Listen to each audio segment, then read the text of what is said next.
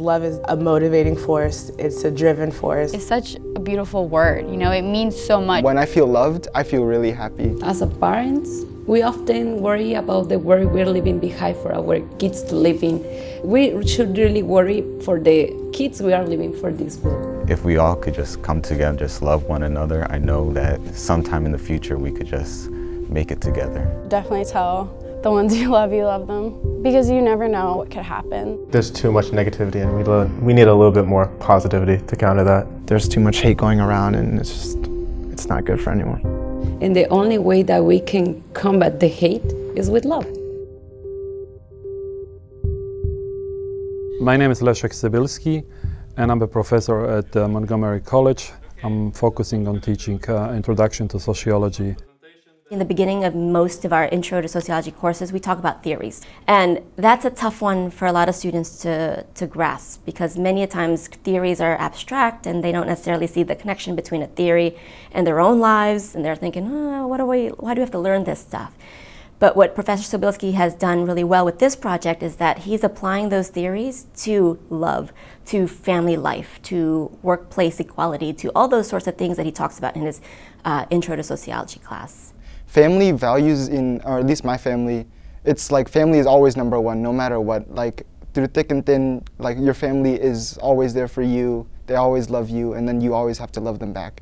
We don't really say like, I love you in like family, but we just like show it to them. We respect them and all. My parents are from Ghana, West Africa, and their culture is all about religion and loving your neighbor. They definitely really raised us with those morals and values. My oldest sister passed away when I was like 17, and that's like when my family like first started using the word love. It was mostly just kind of awkward just to say it in my perspective, because no one ever really told me it before. I grew up in a household where love was shown in respect, love was shown in our actions rather than just with our words. It affects your relationship with your family, and it really affects your self-esteem. They were forced for the first time to seriously analyze the concept of love. They hear about love all the time from music industry, from film industry, and sometimes they say to each other, I love you, but do they really mean it? On the board, he said,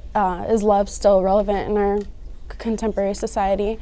And he basically said, so you're going to write an essay on what love means to you, and then you're going to interview people on what love means to them. He just basically flat out told us, tell somebody that you love them. Nothing else, just I love you. My first reaction was, oh, this is going to be fun, like really, really fun. Well, I was actually quite terrified. Because he was really pushing for us to not only go to people that we know, but more so strangers. When I was growing up, I came from a family that didn't really throw around the word love, so to be able to go up and find a complete stranger to let them know that I loved and cared about them was quite terrifying too. I grew up in a family who didn't really throw around that word either, or practically shown any. And the fact that you have to go up to strangers and say that you love them is quite terrifying, you know? I was like, oh my God, I don't know if I can like just straight up tell someone that I love them. I was doing like 80 and I got stopped by a cop.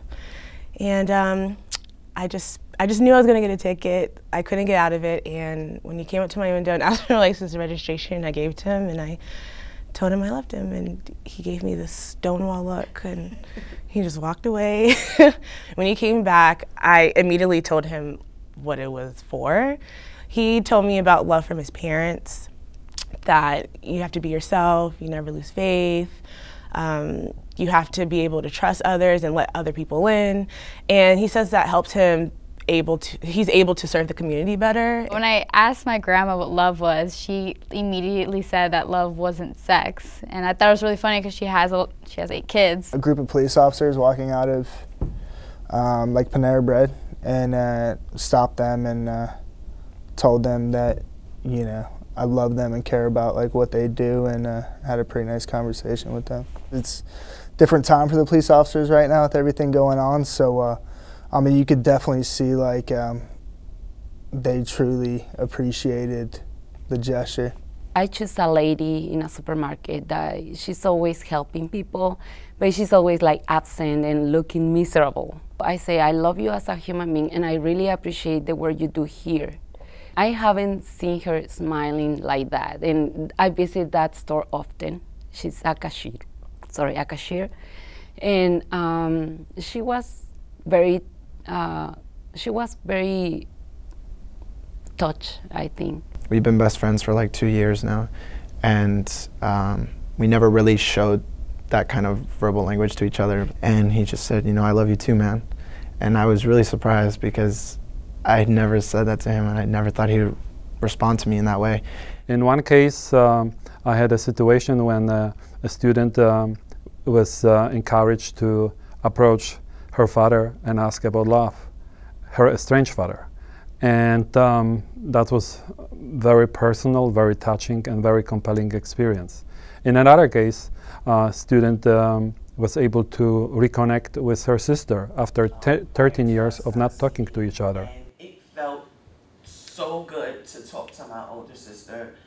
This idea of actually centering love, the most primary elemental thing that we all as humans thrive on, to center a course around that and to create a space where students can talk about love, apply that concept to the instruction that's occurring in the class. There's something very powerful happening in that, and the rippling effects that that could have not only for them in that space that they're in, but also in their personal lives, their work environments, and hopefully into their future lives.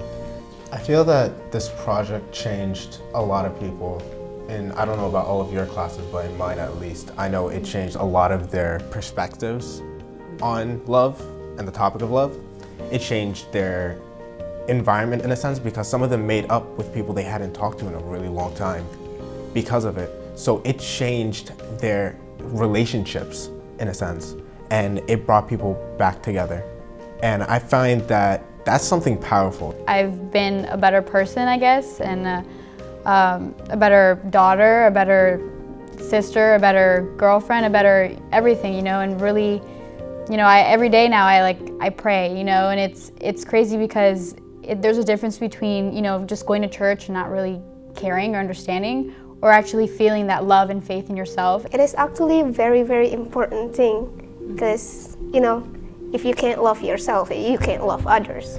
I have a 5-year-old kid at home, and I really, really believe now after this project that I have to teach him that it's important not only love, but also it's important to teach him how to express love.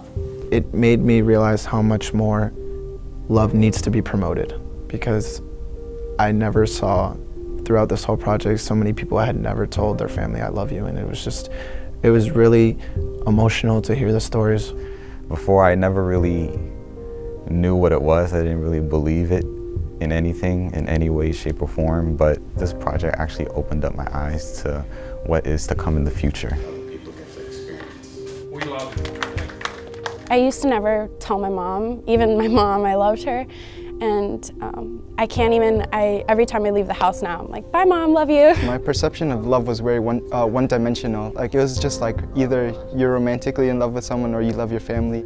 I see love now as kind of like putty, or like whatever impact you make on it, it'll change its shape and form. I've actually told a friend just the other day that I love them, even though I've never said that before. I've started showing my affection towards my family a little bit more. So this project has definitely changed me for the better. The one thing I really understand from this project was that you don't have to take love for granted. You have to show love, and you have to be grateful. I learned that like love still exists. That's like the most important thing. Love is super relevant. It keeps us together. It brings positivity. It brings just energy that positive energy that we need. I definitely feel like love conquers hate.